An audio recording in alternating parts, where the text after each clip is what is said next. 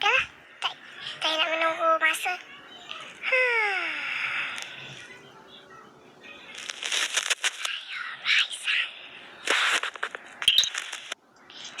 You terperangkap dekat dunia K-pop ke?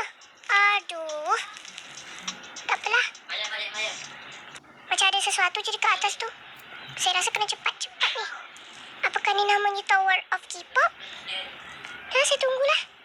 Takutnya. Aduh. Apa ni? Apa kuis ni? Apa tunggu apa saya ni? Lama.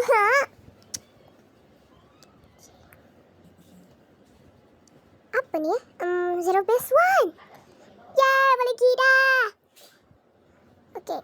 Bentar lagi event. Apa yang event dia? Okey.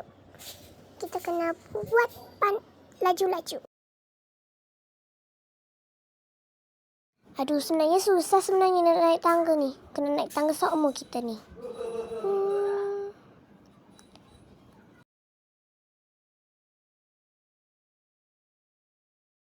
Tapi ya kan, kali ni saya rasa dah kena tutup dah ni. Jadi, bye-bye. Jumpa guys lain kali.